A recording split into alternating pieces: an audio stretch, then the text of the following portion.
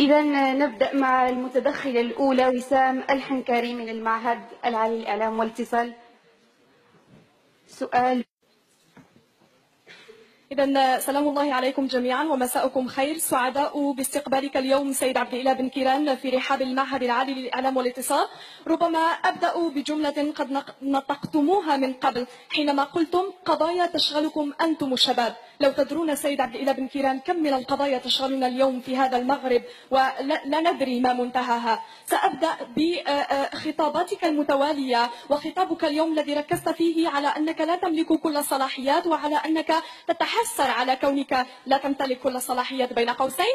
سيد عبد الإله بن كيران، ألم تفكر يوما في أن تستقيل من الحكومة فقط لأنك لا تقدر على أو أنك فشلت في إصلاح قطاعات دون أخرى؟ ألا تتفق معي أو تتذكر بأن الرسول صلى الله عليه وسلم يقول رحم الله عبدا عمل عملا فأتقنه؟ إن كنت سيد عبد الإله بن كيران غير متقن لعملك فلما لا تستقيل؟